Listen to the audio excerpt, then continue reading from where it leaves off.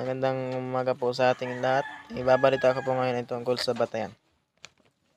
May ilang mga paraan kung saan maaari kang makahanap ng mga batayan para sa iyong pinanaliksik.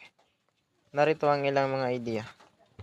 Akademikong aklat at publikasyon.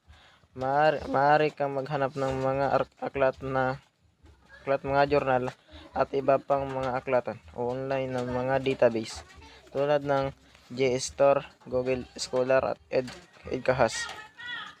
Online ng mga artikulo at blog. Maaari kang maghanap ng mga online na artikulo at blog na nagsasalita tungkol sa iyong paksa.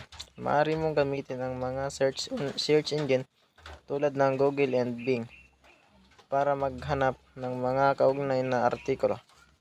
Mga akademikong institusyon. Maaari kang makipag-ugnayan sa mga akademikong institusyon tulad ng universidad o kolehiyo upang humingi ng payo o makakuha ng mga rekomendasyon sa mga batayan. Mga akademikong komprehensya at seminar. Maaari kang magkaroon ng mga akademikong komprehensya o seminar na may kaugnayan sa iyong paksa.